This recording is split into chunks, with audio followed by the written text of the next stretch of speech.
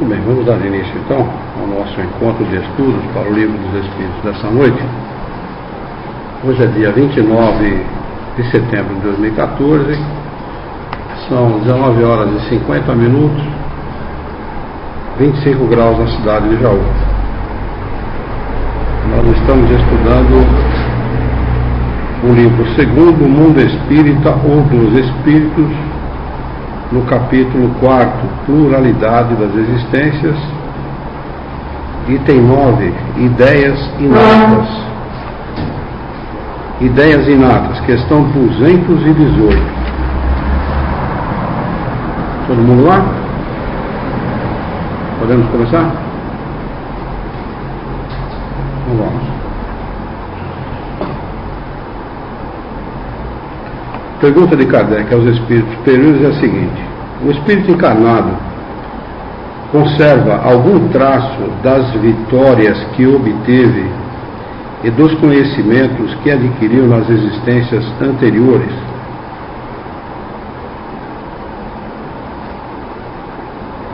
Resposta: resta-lhe uma vaga lembrança que lhe dá o que chamamos ideias inatas. Questão 218A. A teoria das ideias inatas não é quimérica? Resposta: não, pois os conhecimentos adquiridos em cada existência não se perdem. O espírito liberto da matéria sempre se recorda. Durante a encarnação pode esquecê-los em parte, momentaneamente, mas a intuição que lhe fica ajuda o seu adiantamento. Sem isso, ele sempre teria de recomeçar. A cada nova existência, o espírito toma como ponto de partida aquele em que se achava na precedente. Quimérica, algo sem muito valor. Hã? Não. Uma quimera é algo sem muito valor real, né? Mas vamos ver aqui exatamente o que significa quimera. Pode ser traduzido talvez como isso. A figura mística, caracterizando animais, capacidade de... Deixa eu ver aqui.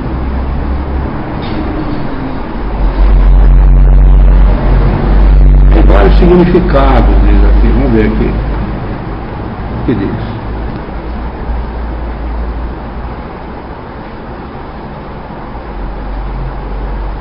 Então, aqui diz, aqui que vai se aplicar a pergunta de Kardec, esse significado aqui. Devaneio, fantasia, ficção, imaginação. Então, eu acho que está dentro desses sinônimos aqui. Quimera seria isso: um devaneio, uma imaginação, uma fantasia, algo sem muito sentido, algo sem muito significado, apenas uma ilusão da pessoa de que ela tem aquela ideia por conta de outras encarnações e tal. Ele diz que não é assim não é? Os conhecimentos adquiridos em cada existência não se perdem. O espírito, quando ele se liberta da matéria, ele sempre se recorda deles, né? E durante a encarnação ele pode esquecê-los em parte. Eu diria que, dependendo da encarnação, até totalmente.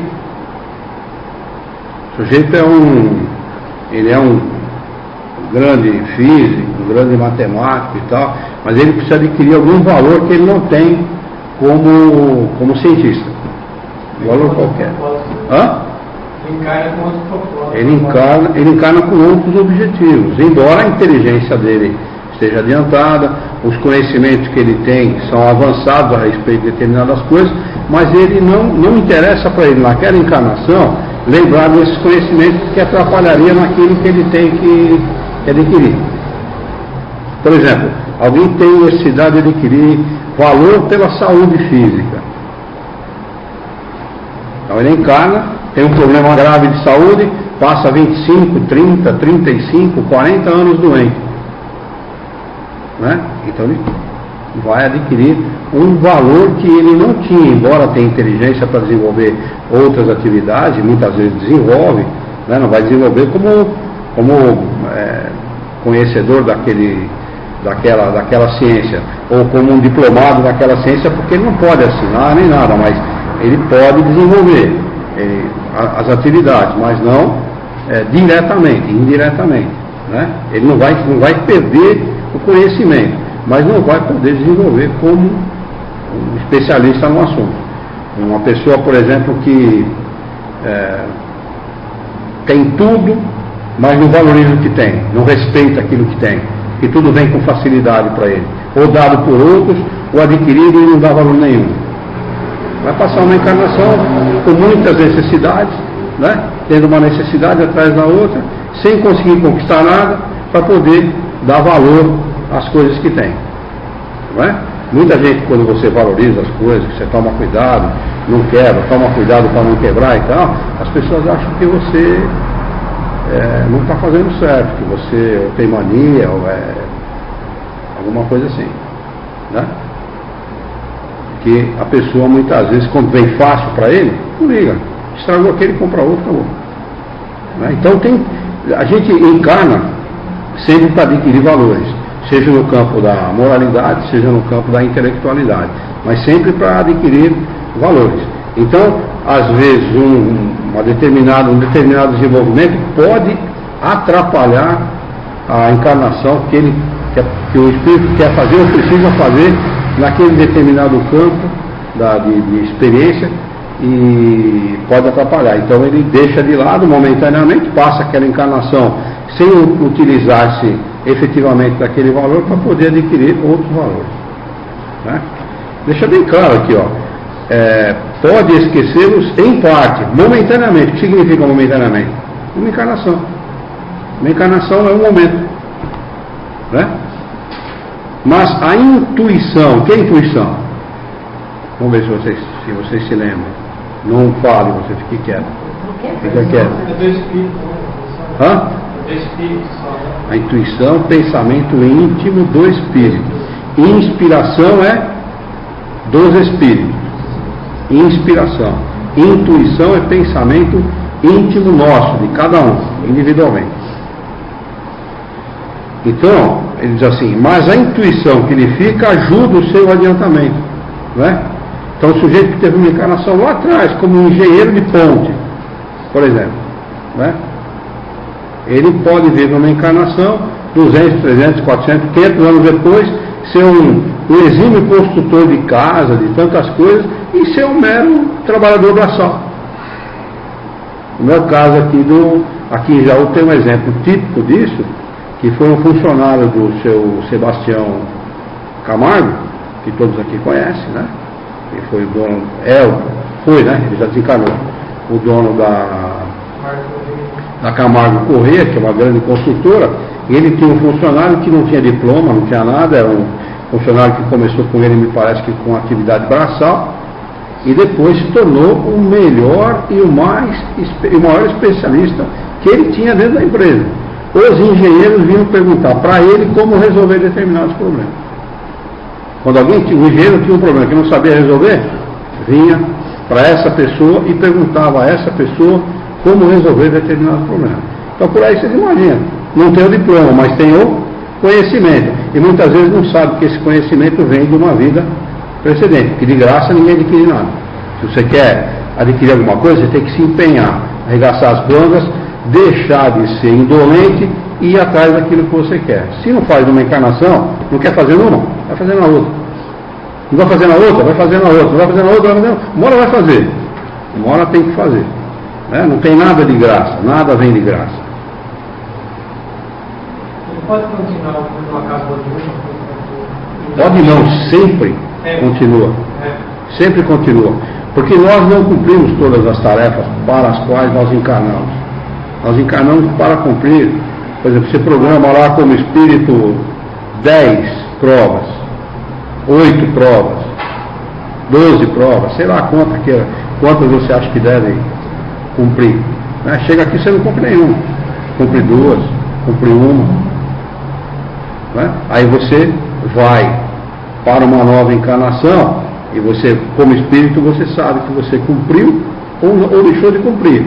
Aí você vai retomar a partir daquele ponto.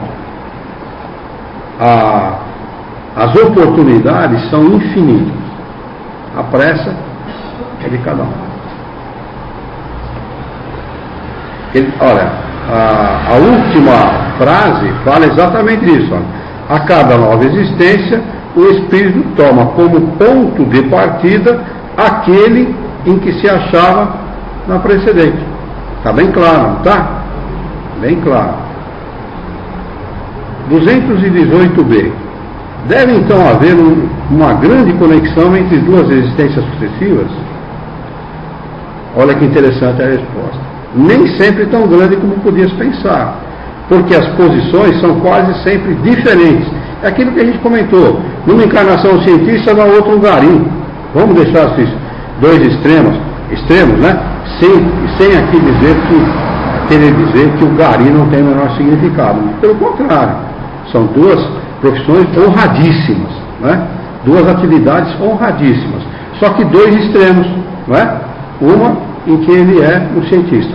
E numa outra é um servidor braçal, humilde, adquirindo experiências, fazendo experiências e adquirindo conhecimentos que ele não tinha como um cientista, como um profissional da ciência, sei lá. Né? Não pode entender evoluir as duas partes, moralidade e intelectualidade? Vai ser Não entendi. Se quiser encarnar, adquirir as duas coisas, intelectualidade e moralidade. Mas sempre adquire. Sempre adquire. Olha, é que para efeito didático, às vezes as pessoas não entendem muito bem essa questão. Os espíritos assim, que nós temos que evoluir, e evolução para o espiritismo é acúmulo de conhecimento, não é isso? Quando você acumula conhecimento, você sempre desenvolve, primeiramente, o intelecto. Isso é primeiro, tá? É natural isso, é uma coisa natural. Sem ele você não adquire discernimento. Sem o discernimento você não começa a cogitar da moralidade. Mas essas duas coisas, elas são uma coisa só, não são coisas diferentes. É que, como o espírito ele faz experiências, tem experiência em que ele adquire intelectualidade e não se importa em absoluto com moralidade.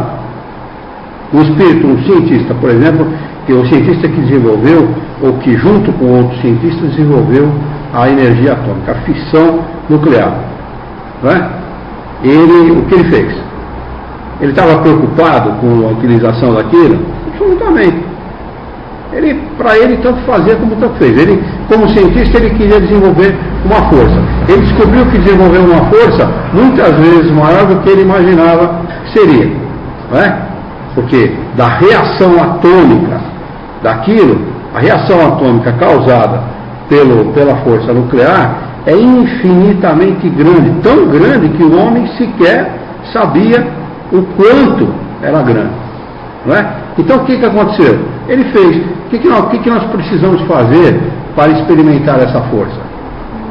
Bom, vamos fazer, estamos no final da guerra mesmo, o japonês não se entrega, faz duas bombas. Solta uma numa cidade, vê o que acontece, daí logo em seguida solta outro numa outra cidade e vamos ver o que acontece. O que acontece com os prédios, o que acontece com a relva, o que acontece com a selva, o que acontece com os animais, qual é o efeito no homem. Porque rigorosamente, se a gente for ver, o americano não precisava ter explodido aquela bomba. O japonês estava na iminência de se entregar, não tinha mais o que fazer. Estava na iminência, era só cercar. Cercar. Uma hora ele se entregava. Mas o que ele fez? Fez a experiência. O cientista que construiu a bomba, ele estava interessado em moralidade? Absolutamente. Ele sabia que aquilo ia dizimar milhões de vidas, tanto que parece que foi 6 milhões de vidas dizimadas com a explosão das duas bombas, não é? Enorme. E depois a reação causada por aquilo foi danosa, muito danosa. Tem gente que desenvolve câncer, se não me engano, até hoje. Né? Gerações. São 60 anos de Segunda Guerra, né? Se não me falha a memória, né? São gerações e gerações, não mais de 60 anos. É porque eu tenho 62 e a guerra acabou em 45, 7 anos antes, 69 anos. final da guerra, 69. Do início da guerra, mais de 70. A guerra começou em 39, né? 39 a 45. Né? Então, quer dizer, esse espírito que não estava preocupado com moralidade, o que vai acontecer com ele numa outra encarnação? Fatalmente, mas ele... consequência também. Hã? Eles tinham explodido Pearl Harbor antes, né? Consequência por causa de quê? Pearl Harbor, eles explodiram antes dos japoneses, eles atacaram antes. Repete, porque eu não entendi isso. Eles atacaram os Estados Unidos antes dos japoneses. Tá bom, mas o que eu estou querendo dizer é o seguinte, no final da guerra não precisava ter explodido aquela bomba. Pode ler a história. Pode ler a história. Não, na realidade eles precisavam testar, eles precisavam fazer um teste.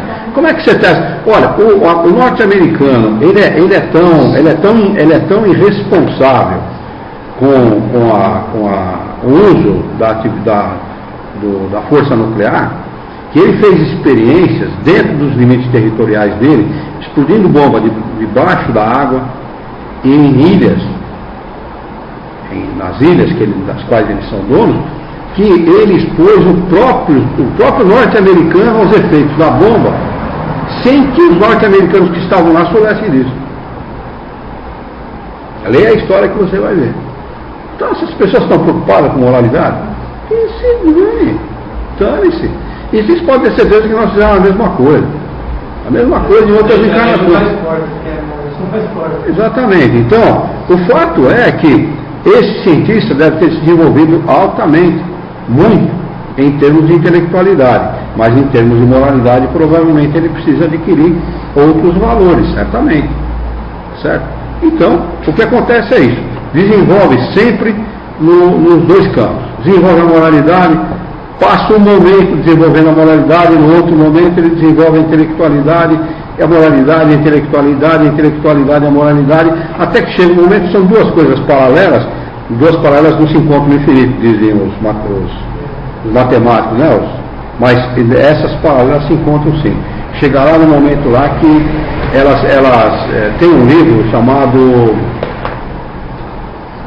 meu Deus, é de um cara chamado Ángel Aguarolho. Esse cara, ele foi diretor da Fiesp, Federação Espírita do Estado de São Paulo.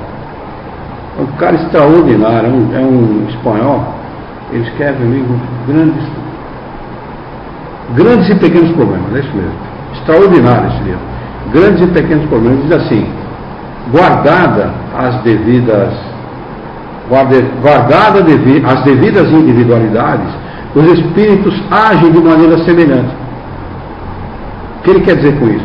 Chega um momento do desenvolvimento, da evolução do espírito, que é tamanha essa evolução que eles se confundem no agir, no ato de fazer as coisas. Porque a moralidade é semelhante e a intelectualidade é semelhante. Eles não deixam de ser individualidades, mas agem de maneira semelhante. Os espíritos superiores pensam quase iguais a eles? Eu não diria que pensam de maneira igual. Eles sabem tudo e tem uma coisa que nós não temos, que é a sabedoria.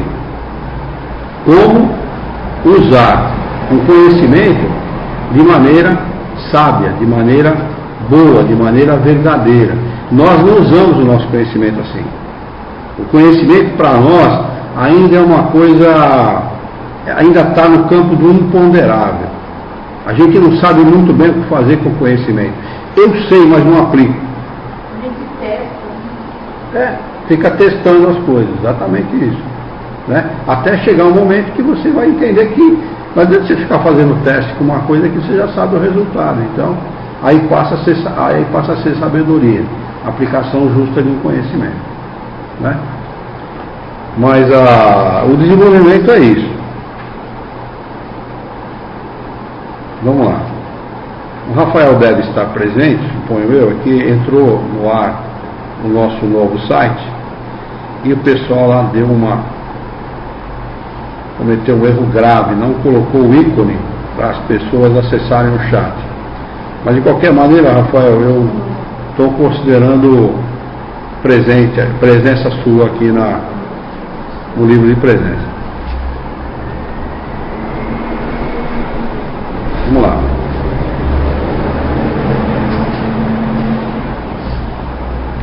Então, nós começamos a ler a resposta da 218b, não é assim? Nem sempre tão grande como podias pensar, porque as posições são quase sempre muito diferentes. E no intervalo de ambas, o espírito pode progredir. O que ele está querendo dizer é assim: você encarna de um jeito, na outra encarnação de outro. E no meio tempo, você progride. Se você progride, você adquire o quê? Conhecimento. Não é? Então, o que a gente é numa encarnação, rigorosamente, você não vai ser na outra. Rigorosamente. Ah, mas eu não progredi quase nada. Você não progrediu quase nada como encarnado, mas você adquiriu algum conhecimento aqui, pode adquirir algum conhecimento como desencarnado em estado de erraticidade e vai encarnar diferente, com certeza. Né?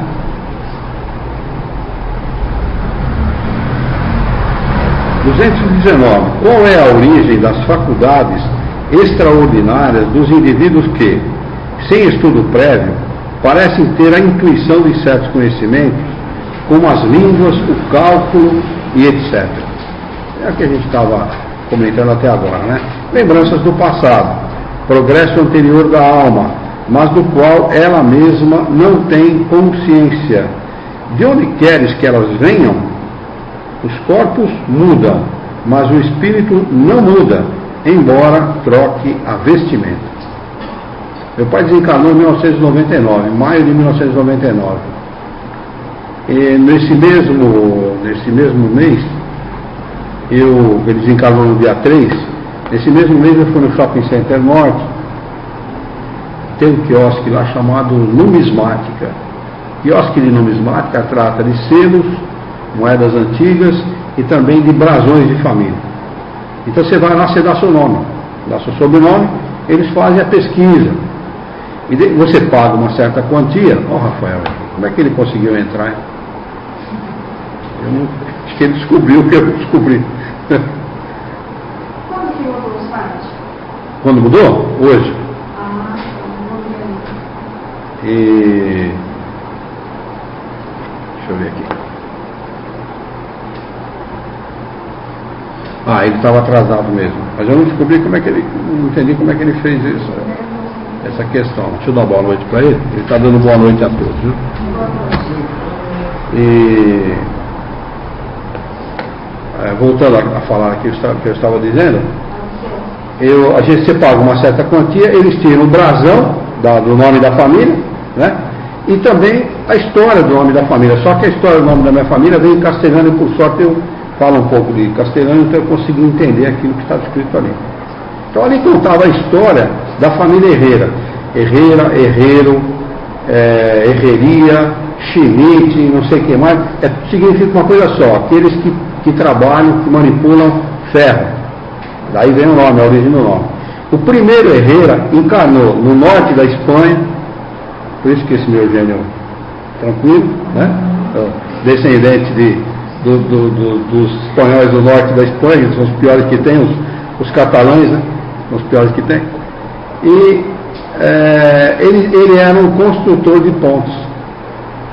Depois daí eu matei a charada e falei: é por isso que meu pai tem uma facilidade muito grande de construir casa. Eu não digo que ele foi o primeiro herreiro, mas o que eu digo é o seguinte: se o primeiro herreiro foi construtor de pontes, ele pode ter aprendido lá na encarnação, lá atrás, a trabalhar com construções. Porque meu pai tinha uma facilidade, vocês não fazem ideia. A facilidade inata que ele tinha, primeiro, para cálculo matemático. Ele deduzia o resultado de um problema de matemática pela cabeça, sem fazer o procedimento natural. E tinha uma facilidade muito grande com construções. Ele faz isso, faz aquilo, tira essa parede, põe a porta lá, põe a janela aqui, isso aqui, e a casa ficava muito boa. Nenhum. Eu lavou o banheiro para poder fazer até o 4º ano do grupo naquele tempo, que hoje nem existe mais. Fundamental é 8 anos hoje. Né? Eu me teve o 4º ano no grupo. Então dá bem, é um exemplo, né, que é pessoal, mas é um exemplo que ilustra bem aquilo que os espíritos estão ensinando aqui.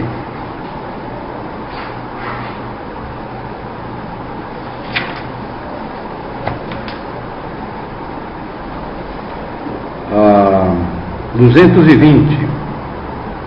Com a mudança dos corpos, podem perder-se certas faculdades intelectuais, deixando-se de ter, por exemplo, o gosto pelas artes? Resposta: sim, desde que se tenha desonrado essa faculdade. Está vendo como não adianta o cara ser vagal? Não adianta o cara ser malandro, não adianta o cara ser corrupto, não adianta o cara usar de subterfúgio para viver, enganar os outros, não adianta. O que vai acontecer? Vai encarnar e vai ter que cumprir, né? Não adianta. Sobrar para ele mesmo. Hã? Sobra para ele. Sobra para ele mesmo, ele está se enganando a ele mesmo, não adianta. Desde que tenha desonrado essa faculdade empregando-a mal. Uma faculdade pode também ficar adormecida, olha que interessante, isso que é muito interessante, durante uma existência, porque o espírito queria exercer outra, que não se relacione com ela. Nesse caso, permanece em estado latente para reaparecer mais tarde.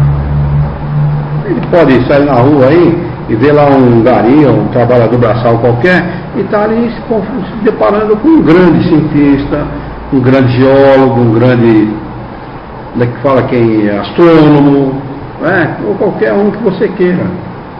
Perfeitamente, sem problema nenhum. Só que ele está adquirindo outros valores que ele não tinha como profissional nessas áreas. 221. É uma lembrança retrospectiva que deve o homem, mesmo no estado de selvagem, o sentimento instintivo da existência de Deus e o pressentimento da vida futura? Prestem bem atenção nessa pergunta, porque essa pergunta responde uma questão que o próprio homem se faz. Por que é que eu devo ter fé em Deus? Já se fizeram essa pergunta? Quem fez essa pergunta para si mesmo? Mas vocês não querem responder? Cada um quer responder, então diga aí, 0800 123. Eu não fiz essa pergunta para mim. Você nunca fez essa pergunta? Você nunca se perguntou por que esse cara está mandando ter fé em Deus? Não. Sempre teve? Sempre. Quem fez essa pergunta para si mesmo? É claro, evidente. O padre lá está mandando eu ter fé. Mas que raio é esse? Quem é ele para mandar eu ter fé numa coisa que eu nunca vi? Eles apresentam Deus para a gente como um cara vingativo. Um malandro que você não faz o que ele quer, ele te pune. Por que eu tenho que ter fé nesse cara? Não ter fé nesse cara não, esse cara é só teu. Que é isso, pô? Mas não é. Escuta, é esse tipo de pensamento que leva ao ateísmo, gente. Esse tipo de pensamento. O Juca Kfouri estava dando uma entrevista, exatamente no... Você já viu um programa que tem na Globosat chamado Brasil Místico? Já ouviram falar desse programa? Brasil Místico. Lá eles falam das diversas religiões e inclusive tocaram no ateísmo. E o Juca Kfouri deu a seguinte declaração: eu era pequeno, já era corintiano, para variar, ele é um corintiano doente, meu time só perdia, ficou 18 anos perdendo para o Santos e tal, né? Ele é ateu. 18 anos perdendo para o Santos. Eu, como a minha mãe me obrigava a ir na igreja, e ela dizia que eu devia pedir a Deus tudo o que eu queria, eu falei, pô, uma boa oportunidade para eu pedir alguma coisa por lá. Já que ele é ateu, eu vou pedir alguma coisa, e pediu que o Corinthians ganhasse aquele jogo. O que aconteceu? Perdeu. Pô, já que ele não é capaz de me atender num pedidinho assim, quando eu precisar pedir alguma coisa efetivamente grande, o que vai acontecer? Não vai me atender. E esta é um raciocínio de um livre pensador. Isto é uma coisa que tem uma profundidade que, se a igreja pensasse nisso, ela mudaria os postulados dela. Ela deixava os dogmas de lado e começava a fazer propostas mais condizentes com a inteligência, com a maturidade e com o desenvolvimento atual das pessoas. Começava a se mudar o discurso. Enquanto ela tiver esse discurso, ela vai perder adeptos. Não é? Então, peraí. Aí, quando você toma conhecimento do Espiritismo, fala, não é assim que as coisas funcionam. Existem leis. Existem leis. As leis é que regem a nossa vida. A lei de causa e consequência é que rege a nossa vida. Então, se eu estou sofrendo, ou passando pelo que eu estou passando, faz parte da justiça de Deus, porque a lei dele age igualmente para todos. Ninguém tem privilégio. Ninguém é privilegiado por Deus, como imaginavam os hebreus, que pregaram essa história do milagre, de pedir a Deus, de fazer oferta lá no templo e tal. Quanto maior a oferta, se você matasse um boi, o cara que matasse o boi e oferecesse lá no templo, ele ia receber mais que o cara que matasse o coelhinho. Essa é a ideia hebraica da oferta no templo para Deus. Não é? Então não é assim que as coisas funcionam. As leis, elas é que regem a nossa vida. Então, tudo bem, então dá para aceitar. Eu sofro, mas eu sei porque eu sofro. Então eu confio nesse cara. Esse cara é justo. É um Deus justo, é um Deus magnânimo, bom, misericordioso. É um Deus que dá para confiar. Esse dá.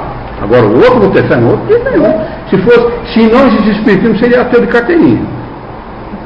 Eu ia montar um blog de ateísmo. Sério mesmo. Verdade. Vocês concordam com isso, não? Ainda bem que a gente é espírita. O espiritismo nos dá base para entender o Criador. Ele nos dá essa base. Porque aí não precisa ninguém para te representar perante Deus. Essa é a malandragem. Quando você coloca um Deus vingativo, aí o cara fala assim, ó, você vem e fala comigo, porque aí eu sou assim com ele, eu falo com o homem. Deixa que eu peço. Eu acho um absurdo. Mesmo tendo feito o Cristo, a primeira comunhão, no início, ainda eu pensava assim, nossa, com o tempo que eu não vou na missa, eu não vou comungar, né? Tem que confessar do padre, primeiro padre. Então qual que é a intenção da confissão? Se ela não é religiosa, qual a intenção dela? Saber da vida da gente. Política, porque a vida do Luiz Herrera pouco interessa para o padre. Talvez a sua também pouco interessada, mas a vida da mulher do prefeito, essa interessa. A vida da mulher do secretário da educação, essa interessa. É isso? É claro, tem todo mundo na mão. Isso é política. Quem faz política tem uma coisa chamada informação. Informação igual a poder. Esse é o interesse, tá certo? Então, quando a pessoa é religiosa, que tem a cabeça religiosa, que é comandada por um religioso, ela fica na mão do cara. Sabe por quê? Porque uma das maiores coisas que o homem gosta de fazer, uma das coisas que mais o homem gosta de fazer, é ter poder sobre o outro, dominar o outro. Não importa o que for, não importa como, de que maneira, é dominar. Aí o Espiritismo mostra para você que você é dono da sua vida. Liberdade total, amigo, fique tranquilo. Quer farrear? Farreia. Quer usar droga? Use. Quer usar álcool? Use. Fique à vontade.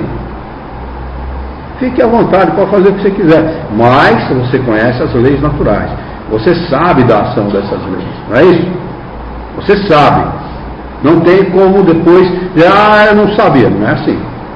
Sabia sim. Você foi espírita, você estudou. Você sabia.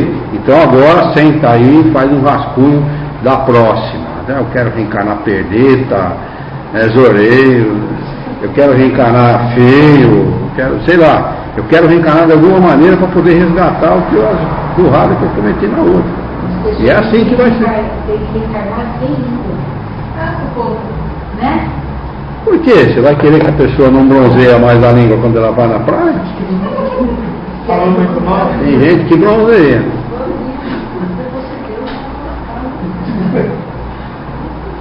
Mas vamos lá.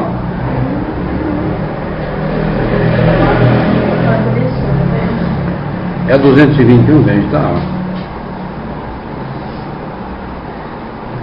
É na resposta dela. Né? A pergunta é a uma lembrança retrospectiva?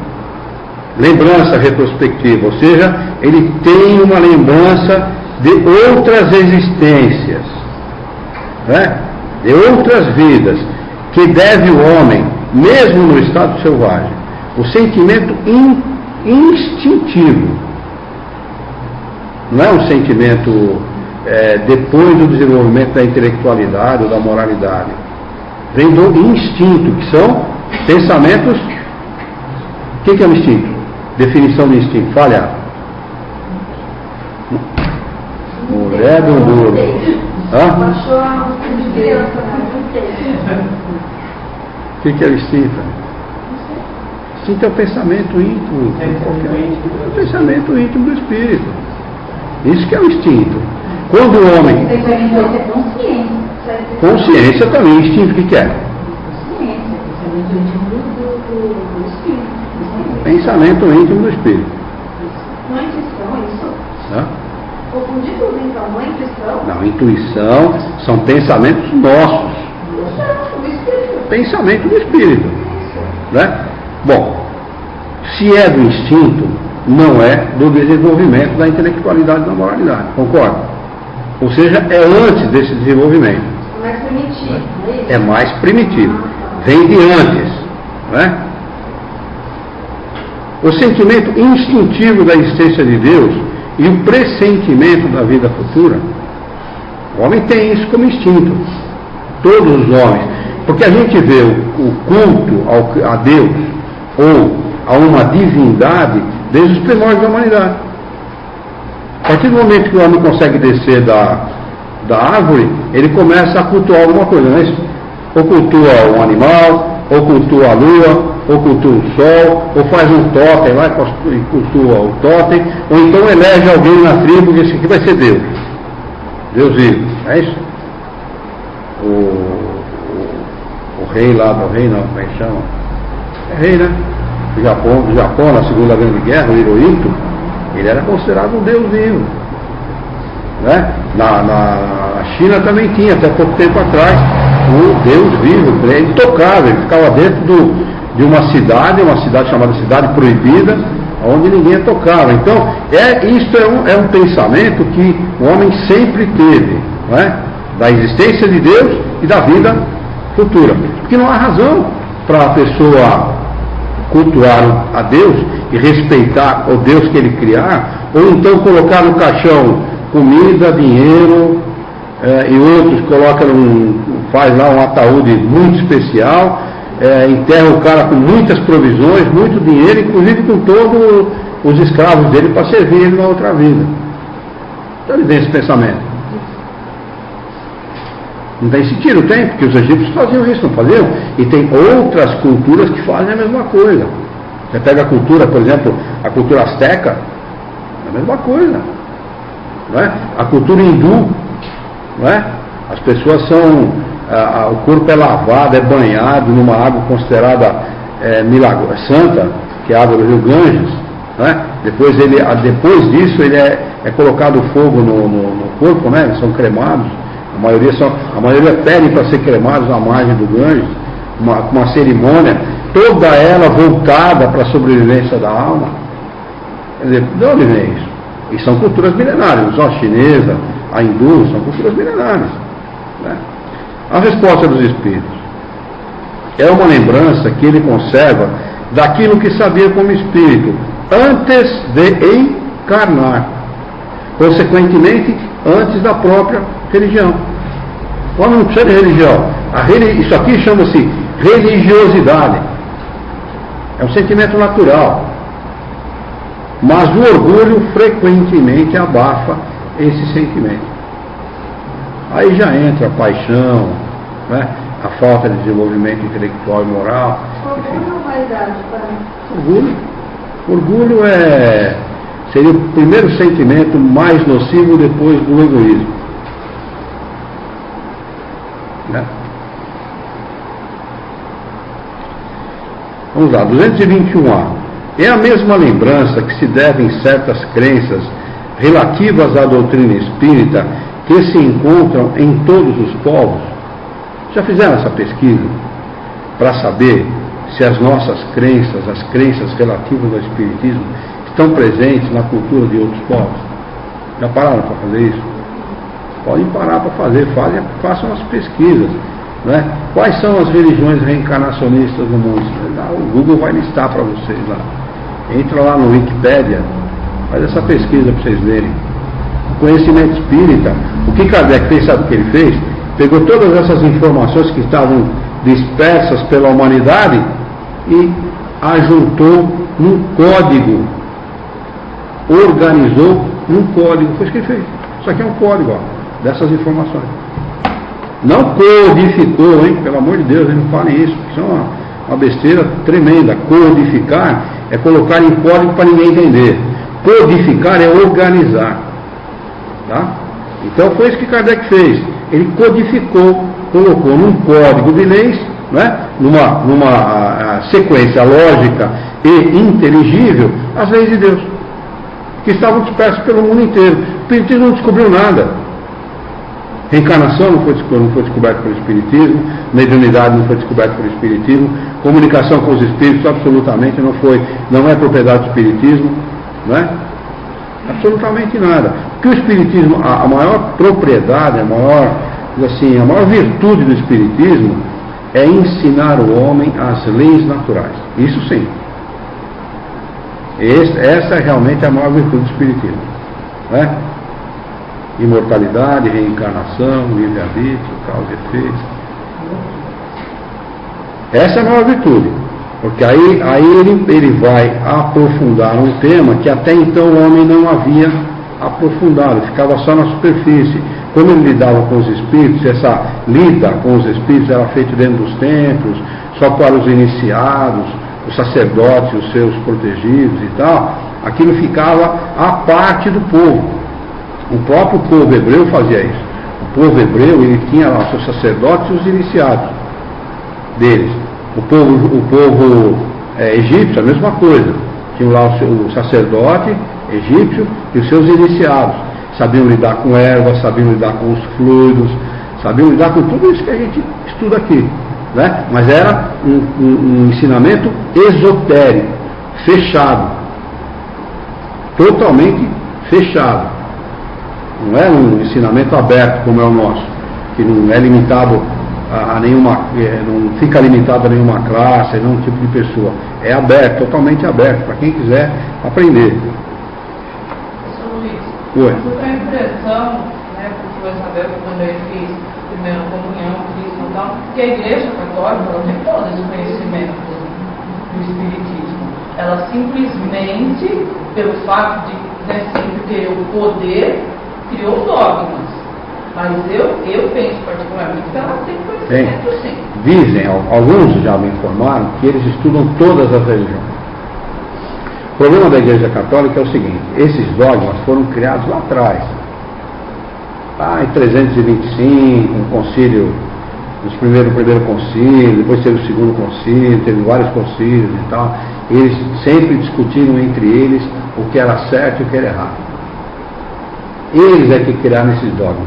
Como a igreja é milenar, que ela tem quase 2000 anos, dominando as pessoas, dominando o mundo, dominando a economia, dominando a política e tal, eles estão montados em cima de uma doutrina da qual eles não podem abrir mão. Por quê? O dogma fecha a crença. O dogma diz assim: é assim. Você deve crer assim. Bom, fim de conversa. E eles mesmos se contradizem, porque, por exemplo, a indissolubilidade do casamento. Se você for analisar dentro da doutrina da igreja, este ponto é um ponto fundamental, capital e imutável. A indissolubilidade do casamento. E se você pagar 10 salários mínimos, eles casam e casam para ver na igreja. Eu tenho um documento de uma pessoa que fez isso. Se alguém quiser duvidar e tal, eu tenho esse documento. Eu só não coloquei publicamente esse documento, porque lá tem o nome das pessoas e tal. Não vou expor as pessoas a exame público. Mas eu tenho esse documento. Eu tirei cópia desse documento exatamente por isso. E é um sacramento da igreja. Eles falam que não pode, quando se divorcia, casar na igreja. Não, é indissolúvel o casamento. Mas eles fazem um casamento em outros lugares. Isso para mim já é errado desde aí. Mas olha, eu não estou dizendo isso. O que eu estou dizendo é o seguinte: o casamento é um sacramento que é imutável, indissolúvel. Casou, bom, Não separa mais. não separa, certo? E se você entrar com uma ação dentro da própria igreja, alegando isto e aquilo e tal, e paga 10 salários mínimos, que hoje dá algo em torno de 909 mil reais, não é isso? Não. 720? 720 está o salário? Bom, sei lá, dá 7 mil e poucos reais, você paga lá e divide em várias parcelas e tal, e o casamento é anulado, e você arruma outro noivo, outra noiva, vai em casa. Não, eu entendi o que o senhor quis dizer, mas eu digo assim, pelo que eu sei, é que não poderia casar de novo dentro da igreja, vamos dizer, no templo, assim. Mas mesmo que fosse segundo, terceiro, quarto casamento, se não fosse num ambiente que fosse a igreja católica, um campo, por exemplo. Não pode dar, faz o casamento. Mas eu estou falando de um caso específico que a noiva exigia casar com o cara na igreja. Ele foi lá, desfez, pagou, desfez, anulou o primeiro casamento e casou a segunda vez, como se ele nunca tivesse sido casado. Depois a pedra em cima e bota. Então o problema é o seguinte, o problema trata-se do seguinte, viu, Daniela? Eles não podem mexer nos dogmas. Porque se eles mexem nos dogmas, olha, um exemplo típico, vocês vão se lembrar disso. O Papa João Paulo VI, né? Foi o segundo, tá. Que foi o Papa antes desse João que está aí, né? Anterior a ele, antes desse. Teve o Ratzinger. Teve o Ratzinger que foi depois, não é verdade, antes de novo. Ele pediu perdão para os povos considerados aqueles que eles fizeram hereges. Ele não pediu perdão? Não foi uma das coisas que ele, um dos perdões que ele pediu? Teve mais uma coisa também que ele pediu desculpa, pela pedofilia, se eu não me engano, dentro da igreja. Mas pediu desculpa pela pedofilia dentro da igreja. Mas uma das coisas que João Paulo fez, se eu não me engano, foi pedir perdão pelas cruzadas. As cruzadas aconteceram no século XIV. Ele esperou o século XX, 6 séculos depois, para pedir desculpa por uma coisa que eles deviam ter feito no mesmo dia que eles fizeram. Já imaginou para eles quebrarem o dogma? O que vai acontecer? Eles nunca vão fazer isso. Porque se eles tiverem que quebrar o dogma, por exemplo, da Santíssima Trindade, como é que eles vão explicar? Primeiro que eles explicam a Santíssima Trindade, mas como é que eles vão explicar a quebra desse dogma? Eles não têm como. Então eles precisam combater o Espiritismo. Eles combatem de tal maneira o Espiritismo que eles influenciam diretamente na Federação Espírita Brasileira. A Federação Espírita Brasileira é católica. Eles agem como católicos, pensam como católicos. Eles institucionalizaram o Espiritismo. Tornaram o Espiritismo uma instituição. O brasileiro conseguiu a proeza de fazer do Espiritismo uma religião. É uma proeza isso, porque o Espiritismo não é religião. Então o poder deles é muito grande. É muito grande. Então, eles sabem quando eles vão mudar esse pensamento ou quebrar esses dogmas? Daqui talvez 3, 4, 5 séculos, 10 séculos. Sei lá, vai chegar um momento em que eles vão ser obrigados a rever posições. Não vai ter jeito. E a inteligência vai se desenvolvendo. Eles estão fazendo muito mais ateus do que adeptos com o que eles pregam. Ou estão perdendo adeptos a olhos vistos. Né? Vai chegar uma hora que ou muda, ou muda. Não vai ter outro jeito. Então vamos lá. 221A. É a mesma lembrança que se deve em certas crenças relativas à doutrina espírita. Nós não lemos a resposta, né? Essa doutrina é tão antiga quanto o mundo. É por isso que a encontramos por toda parte. E é esta uma prova da sua veracidade. O espírito encarnado, conservando a intuição do seu estado de espírito, tem a consciência instintiva do mundo invisível, mas quase sempre ela é falseada pelos preconceitos e a ignorância mistura a ela a superstição. A resposta dos espíritos, ela significa o seguinte: todos nós trazemos a ideia da vida espiritual como intuição, como instinto. O natural para nós não é viver nesse mundo, o natural é viver como espírito. Então nós sabemos que o mundo espiritual existe, instintivamente, intuitivamente, nós sabemos. É por isso que nós procuramos a religião. Um pouco antes de começar no espiritismo, conversando com aquele espírito que eu falei para vocês já, Frei Antônio de Santana Galvão, eu fiz a pergunta para ele: qual é a melhor religião? Eu perguntei isso para ele. Ele falou assim: peça a Deus que me encaminhe para a melhor religião. Não me respondeu qual, não. Peça a Deus que me encaminhe para a melhor religião. E vocês sabem aonde eu me tornei espírita? Dentro da igreja dele. Dentro da igreja dele eu me tornei espírita. Não é? Então, se a gente traz como intuição, se é um pensamento íntimo nosso, que o mundo espiritual existe, a gente vai em busca dele. Chega um momento que o homem tem essa necessidade de buscar isso. As coisas materiais, elas cintilam, elas brilham, ela enche nossos olhos, ilude o homem. Mas chega um momento que acontece? A ilusão se desvanece. Ela desaparece, porque ele percebe que aquilo não está lhe satisfazendo intimamente, não está lhe trazendo felicidade. Ele vai em busca dessa felicidade. E o que ele encontra, se ele quiser encontrar a verdadeira felicidade, ele vai em busca dos conhecimentos que lhe tragam essa felicidade, que lhe tragam essa paz, que lhe tragam esse conhecimento. Quem sou eu? De onde eu venho? Para onde eu vou? Porque o cara lá disse, lá atrás, penso, logo existo. Se eu existo, por que eu existo? Qual é a razão da vida? Qual é a verdadeira razão da vida?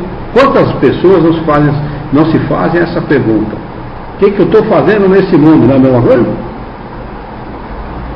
Eu só sofro, tomo bordoado na vida o tempo inteiro, não é? Sou nervoso, sou desequilibrado, sou isso, sou aquilo, mas o que eu estou fazendo aqui? Para que serve isso tudo? Qual é o sentido disso? Tem algum sentido? Do ponto de vista material a vida? Nenhum. Tem que existir alguma razão para isso. É isso que o homem, é essa resposta que o homem busca. E quando ele encontra no Espiritismo essa resposta, ele fala: caramba, olha aí, está aqui tudo o que eu procurava.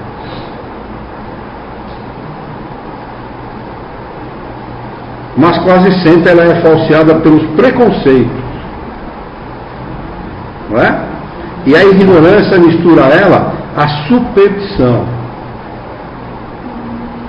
Tem lá o rodapé que vai explicar isso. Os espíritos aludem à eternidade espiritual da doutrina, de sua permanente projeção na Terra, mas devemos distinguir entre as suas manifestações falseadas no passado e a manifestação pura que se encontra neste livro. Os traços da doutrina espírita marcam o roteiro da evolução humana na Terra, mas só com este livro ela se apresentou definida e completa. Por isso o Espiritismo é, na Terra, uma doutrina moderna. Moderna, vírgula. Apenas, o que ele fez? Organizou de maneira inteligível. Estava disperso, né? O cara ia lá na cultura hindu, o que ele encontrava? Espiritismo, não é? Espiritismo de que maneira? Através do hinduísmo. Mas o hinduísmo criou uma coisa chamada organização de classes, que destruiu o hinduísmo. Porque lá tem gente que não é digna de ser tocado. Os problemas das castas. Né? Aí ele vai para a China, o que ele encontra? Vai lá naqueles mosteiros lá, naqueles montes, aquelas coisas, o que ele encontra? A mesma coisa, reencarnação, vida espiritual, a eternidade da vida espiritual, eles chamam de eternidade, né? A gente chama de imortalidade, eles chamam de eternidade, a eternidade da vida e tudo. Então você está encontrando o quê? Espiritismo, mas falseada por quê? Eles são considerados deuses, eles são considerados pessoas intocáveis, eles são considerados muitas vezes pessoas excepcionais, acima do vulgo, né? Dedicam a vida para aquilo. Para que você dedicar a vida para ficar enfiado num templo o dia inteiro, sendo que você poderia produzir muito mais fora do templo do que dentro do templo? Você não precisa levar uma vida mística. Esse é o problema do homem. Né? Os Beatles foram aonde para encontrar-se a si mesmo? Lá no hinduísmo. Lá. Acharam lá como é que chama lá o nome daquele cara? O guru, acharam um guru lá e tal. O guru deve ter tomado um monte de dólares dele, né? E foram lá em busca disso. Por que esses caras foram em busca disso se eles tinham tudo? Olha, os Beatles foram, uma vez, não sei se foi o John Lennon, quem foi, assim, nós somos mais populares que Jesus Cristo. E eu acho que do ponto de vista dele, do ponto de vista da música, era o mesmo. Né? Esses caras tinham fama, dinheiro, prestígio, tinham saúde, juventude, que é o que todo mundo deseja, né? Dinheiro, saúde, juventude, prestígio e fama, é tudo que o cara pode desejar, não é, nessa vida? Mandava fazer carros maravilhosos naquela época, decorados dessa maneira, naquela, não sei o quê, importavam o carro da onde eles queriam e tal, e eles jogavam dinheiro fora, a rodo, né? Porque ganhavam muito dinheiro. Por que eles vão em busca de um guru para entender quem são eles mesmos? Por que isso? Não é a mesma coisa que nós estamos buscando aqui nesse momento? Exatamente a mesma coisa. Nós estamos em busca disso, em busca da verdadeira felicidade, e não da verdade falseada pelos preconceitos, pela ignorância e pela superstição. Por quê? O preconceito ele é derivado da ignorância do homem. O homem só é preconceituoso porque o espírito é preconceituoso. Por isso que ele tem preconceito, faz o conceito prévio das coisas. A ignorância, todo mundo sabe o que é, a ignorância mistura, não é, esse conhecimento com a superstição. Por quê? Porque a ignorância diz assim: eu não sei, não quero saber, tenho raiva de quem sabe. Minha mãe dizia que era assim, é assim que eu vou passar o resto da minha vida. Mas fulano não é assim, estuda que você vai ver que ele não interessa. Ignorância aliado à superstição. O supersticioso é o pior ignorante que tem, que é o ignorante fechado, é o ignorante que não quer saber de nada. Nós tivemos casos aqui que frequentaram aqui de sexta-feira, não durou 15 dias, não durou 2 vezes. Tá, ó, ele deu fora. Religioso também não dura aqui. Teve um que veio aqui e perguntou por que a gente não rezava a Ave Maria. Verdade. Perguntou aqui. Não, teve uma aqui que perguntou por que o anjo falou para o José, quando ele conheceu Maria, uma coisa assim, o que o anjo tinha falado. Ele foi lá e mandou ele chavecar a Maria, né? Perguntou. Você falou isso? Eu falei. Ele mandou ele chavecar a Maria. Foi lá e mandou ele chavecar a Maria. Nunca mais apareceu. Cabeça religiosa, para com isso, pô. Não estamos aqui falando de religião. Respeita-se Maria, porque deve ser um espírito superior, um espírito mais evoluído que é o comum no tempo dela. Ela foi mãe de Jesus, né? Embora em muitas vezes mostrasse descrença pelo trabalho dele. Uma vez foi atrás, ele estava pregando o Evangelho, foi lá pregando o Evangelho, não, que nem esse Evangelho, ele estava falando das coisas do Espiritismo. É isso que ele fazia, né? Estava lá falando das verdades lá para os seguidores dele, a mãe dele foi lá, ela mandou chamar ele lá. Sua mãe está aí na porta, sua mãe e seus irmãos estão aí na porta. Quem é minha mãe, quem são os meus irmãos?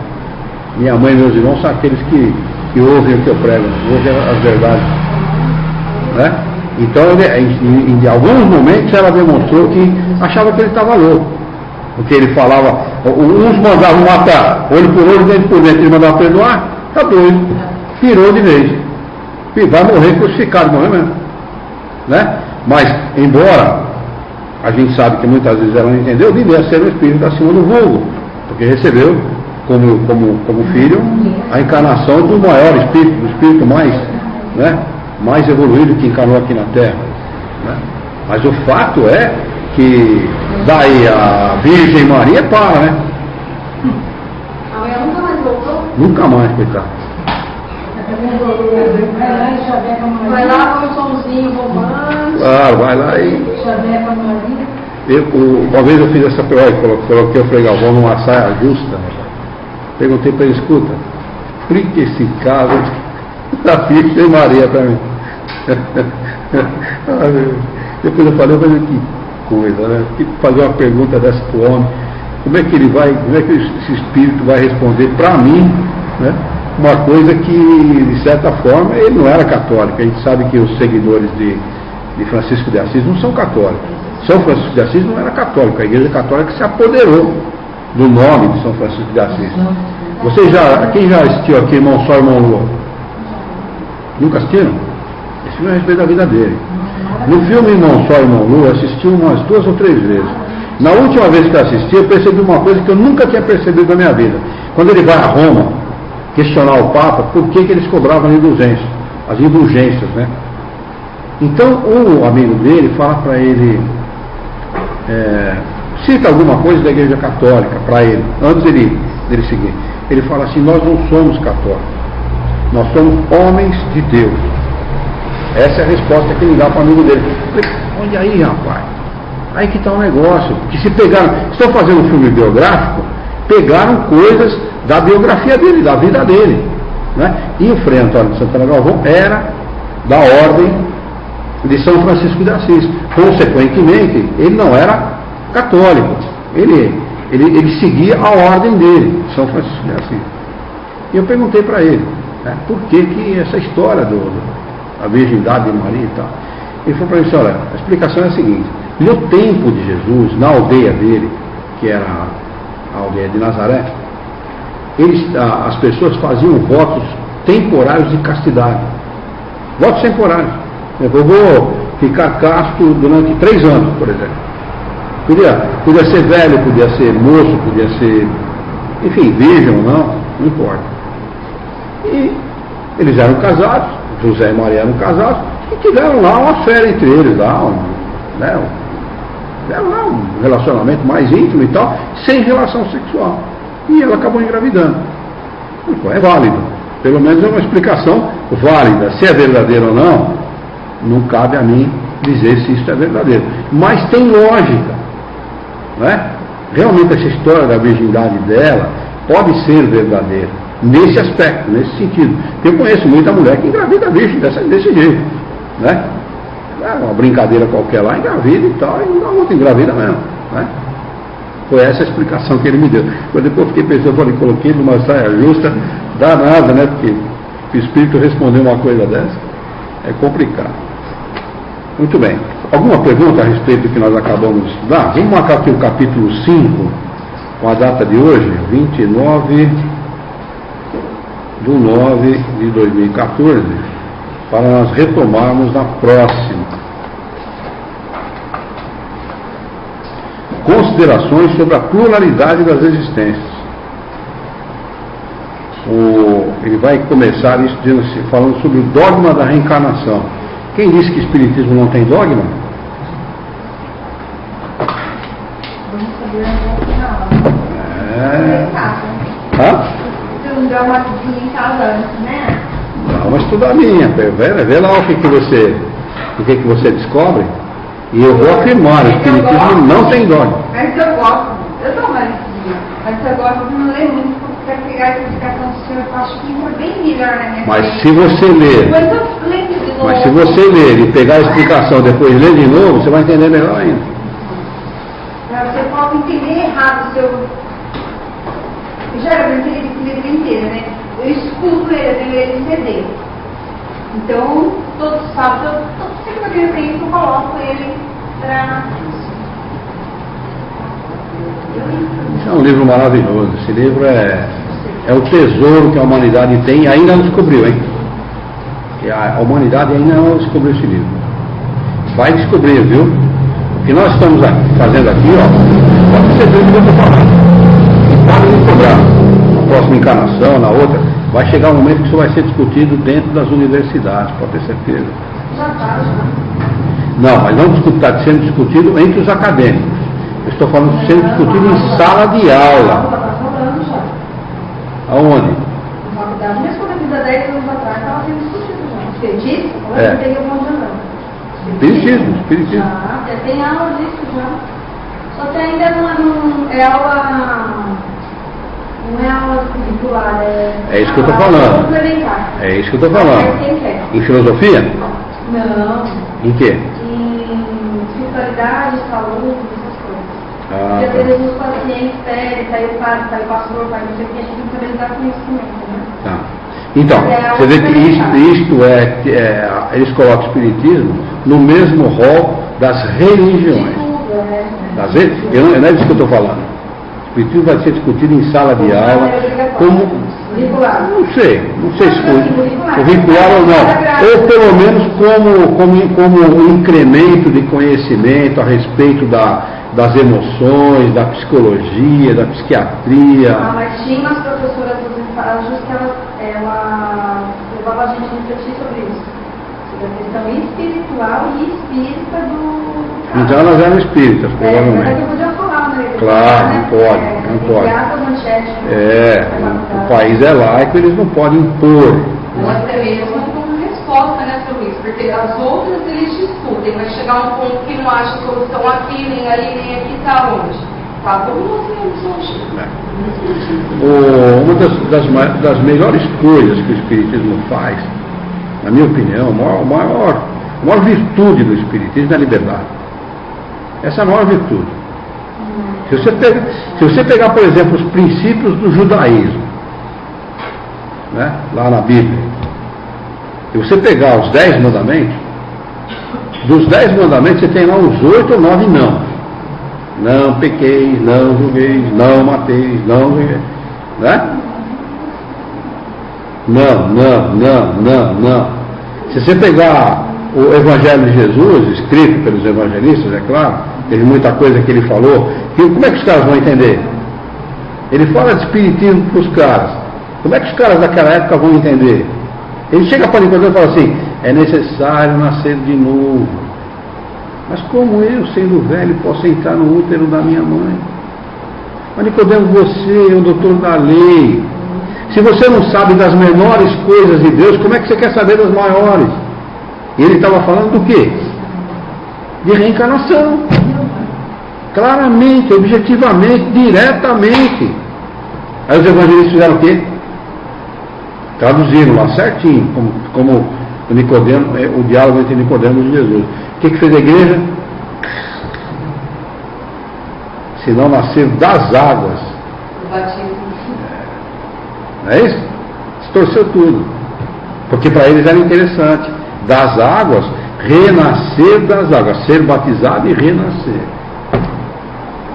E é nas águas. No início, um pouco se modificou pela ignorância que eles também não conseguiam compreender, né? O que Jesus fez. Não, os seguidores de Jesus não tinham. E depois, por que quiseram? Não, mas os diálogos, eles foram escritos em hebraico de maneira correta. De maneira correta. Então, as traduções do hebraico para o grego, que já foi errada, aí a igreja traduziu do grego para o latim. E aí foi mais errado ainda. Também, né? Mas aí quando você está traduzindo, você espera aí, se a gente colocar renascer nas águas, todo mundo renasce nas águas, o líquido amniótico. Mas se a gente colocar das águas, a gente está puxando a sardinha para o nosso lado. É isso? Então vamos colocar das águas. Fica melhor, não fica? Eu dou uma puxada de sardinha. Então. Até simples, mas eu não sabia, vi isso dias na reportagem. O porquê de se dar presente num aniversário. Foi lá de trás quando os magos levaram o presente. E olha o que é hoje, uma data de comércio. Isso. Fulano fizer aniversário e não ganhar presente. E aquilo é tudo fictício. Aquilo não existiu. Jesus não nasceu em Belém coisa nenhuma. Jesus nasceu em Nazaré. Aquilo é uma história tomada dos gentios. Aquilo é uma história tomada dos povos que não eram cristãos.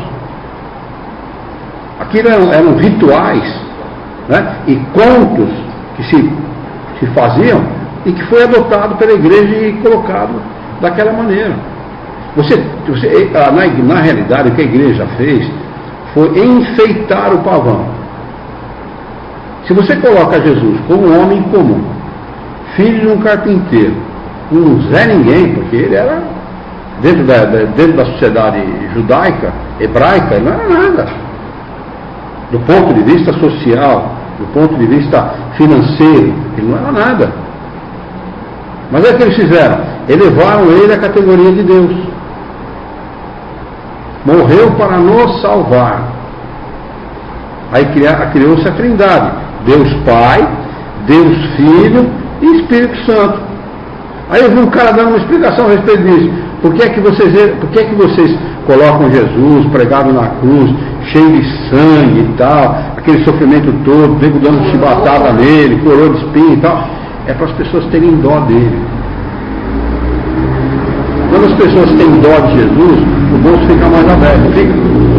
E aí o cara está embutido, ele está fragilizado. Aí o óbolo vem grosso, vem grande. O cara vai morrer, o cara tem um monte de coisa errada, fez um monte de coisa errada na vida, tem um monte de culpa. Não, dou a fazenda lá para a igreja, porque aí pelo menos eu já entro na vida eterna salvo. É isso? Aí faziam missa de corpo presente para o fazendeiro, rezava a missa de primeiro dia, de segundo dia, de sétimo dia, de décimo dia, exato. E a igreja se tornou a maior latifundiária que nós temos no Brasil e no mundo. Né? Bens para todo lado, posses para todo lado, em todos os lugares. Essa é a realidade, essa é a nossa realidade. Eu não estou aqui criticando católicos, eu estou criticando a instituição. Porque os católicos, eles são realmente fervorosos, são sérios, trabalhadores, conscientes, são verdadeiros. Né? Tanto que o trabalho social da igreja é um trabalho muito bonito, né? Um trabalho muito bem feito, eles atendem muita gente, né? Atendem a muitos necessitados e tudo mais. Mas a igreja mesmo, um legislador inglês disse assim: se vocês soubessem como são feitas as leis e a salsicha, vocês não comeriam mais cachorro quente.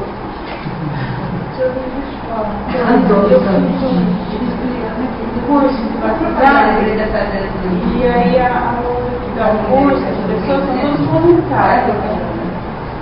Aí ela falou, depois ela falou sobre os padres pedófilos. Padres pedófilos. Ela falou assim, enquanto o padre pode até ser pedófilo, mas na hora que ele está fazendo a missa, ele está representando Jesus, ele é a parte do pecado. Você concorda? Eu tive que fazer um curso. Eu também fiz vários cursos. Mas eu não achei que fosse isso, não. Mas olha, como é que você pode entender uma instituição que já pagou milhões de dólares de indenização por conta da pedofilia, abrigar pedófilo dentro de Roma? Eles escondem os pedófilos lá.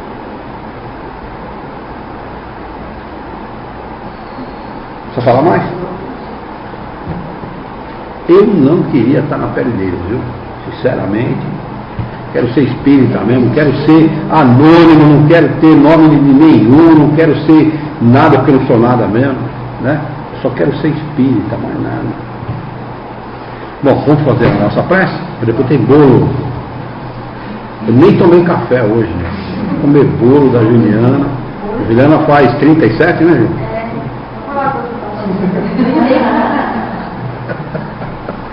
Juliana nasceu às 15 para as 4 da tarde. 15, né, Juliana? Que é leve, rapaz. 15 para as 4 da tarde. 34 anos atrás, sua mãe estava. Nossa Senhora, como ela gemia, coitada. É equivalente à dor de 20 anos quebrando ao mesmo tempo. Você deu uns 40 para quebrar. Muito bem, vamos então elevar o nosso pensamento, mentalizar a figura excelsa e amiga de Jesus, nosso mestre, modelo e guia da humanidade. Juntos com Jesus vamos nos dirigir ao Criador, ao Senhor da vida, fonte inesgotável de paz, de harmonia, de bondade, misericórdia e justiça, para agradecê-lo muito pela oportunidade de aqui estarmos reunidos em seu nome, para estudarmos as questões propostas nesta noite. Queremos ainda, Senhor, solicitar-te bom ânimo, coragem, determinação, ideias renovadas, alegria de viver, entusiasmo, a fim de que, aliado às boas inspirações que haveremos de receber dos bons espíritos, pela boa prática da caridade, conforme nos ensina Jesus, possamos nós melhorar a nossa conduta moral. Auxilia-nos a termos força e coragem para orientarmos a própria existência por um profundo e sincero respeito ao nosso próximo.